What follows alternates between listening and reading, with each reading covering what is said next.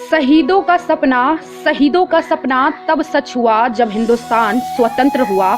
आओ सलाम करें उन वीरों को जिनके वजह से हिंदुस्तान गणतंत्र हुआ। 26 जनवरी इस बार काफी उल्लास के साथ मनाया जाएगा। इसके पीछे भी एक मुख्य कारण है क्योंकि इंडिया गेट में हमारे नेता सुभाष चंद्र बोस जी की मूर्ति स्थापित की गई है हमारे माननीय प्रधानमंत्री श्री नरेंद्र मोदी जी के हाथों, ठीक है। और यह भारत के सभी शहीद जवानों को अर्पित किया गया है और ये पूरे देश के लिए गर्व की बात है और साथ ही खुशी की भी बात है। और मैं दिल से धन्यवाद दूंगी अपने माननीय श्री प्रधानमंत्री नरेंद्र मोदी जी को, क्योंकि वो अक्सर जो देश के बारे में जो कार्य करते हैं, जो सोचते हैं, हमारे शहीदों को जिस तरह से वो अक्सर श्रद्धांजलि देते हुए नजर आते हैं तस्वीरों में, और जिस तरह वो सम्मान देते हैं, और एक अन्य कार्य जिस तरह उन्होंने सुभाष चंद्र बोस जी की मूर्ति भी स्थापित की है, इसके लिए मैं माननीय श्री नरेंद्र मोदी जी को दिल से धन्यवाद करती हूँ। और ऐसा कार्य सिर्फ नरेंद्र मोदी जी ही कर सकते हैं, बाकी अन्य कोई और। जैसे आप सभी को पता है कि हम सब 26 जनवरी इसलिए मनाते हैं क्योंकि उस दिन हमारा संविधान, भारत का संविधान लागू किया गया था, वो भी डॉक्टर भीमराव अंबेडकर जी के हाथों, ठीक है।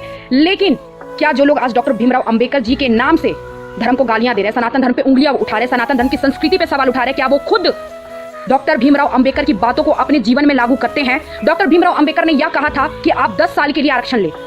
क्या आप 10 साल के लिए आरक्षण ले रहे हैं? आपको तो ताउम्र आरक्षण में आपको जीने की आदत पड़ चुकी है। डॉक्टर भीमराव अंबेडकर ने यह भी कहा था कि मूर्ति पूजन नहीं करना है। क्या मैं पूछना चाहती हूँ, जो लोग भीमराव अंबेडकर जी को फॉलो करते हैं, मैं पूछना चाहती हूँ उन लोगों से, क्या आपने तो जगह जगह पे भीमराव अंबेडकर जी की मूर्तियां बना दी है, जगह जगह चौराहे पे उन मूर्तियों को भगवानों की तरफ पूज रहे हैं, जगह जगह पे यहाँ पे अंबेडकर जी की मूर्तियां बना दी गई है, वहाँ पे अगरबत्तियां दिखाई जा रही है, फूल मालाएं चढ़ाई जा रही है, प्रसादे बांटे जा रहे हैं। तो आप क्या फॉलो करते हो अंबेडकर जी की बातों को? फिर आप किस हद से बोल सकते हो कि हम अंबेडकरवादी हैं?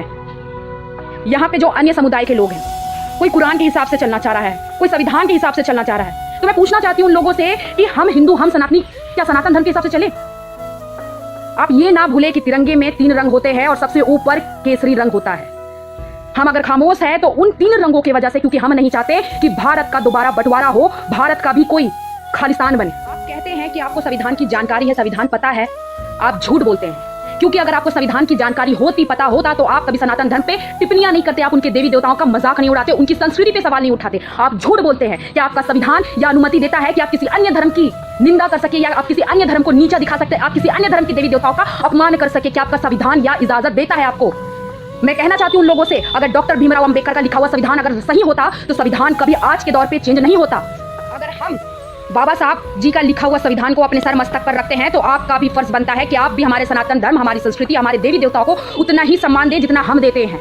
वरना वो दिन जिस दिन आएगा कि एक तरफ लोग खालिस्तान का सपना बैठाए भेजेंगे और आप जैसे लोग संविधान को धर्म बनाए बैठेंगे, तो हम भी अपने सनातन धर्म के सहारे इस पूरे भारत को हिंदू राष्ट्र में तब्दील करने की ताकत और औकात और दम रखते हैं। बस हम झुके हुए हैं, रुके हुए हैं, मजबूर है तो उन 3 रंगों की वजह से जो हमारे तिरंगे में दी गई है। और हम उन शहीदों का सम्मान करते हैं जिनका खून इस मिट्टी पे मिला हुआ है, क्योंकि उन्होंने धर्म के लिए नहीं, अपने देश के लिए लड़ा था।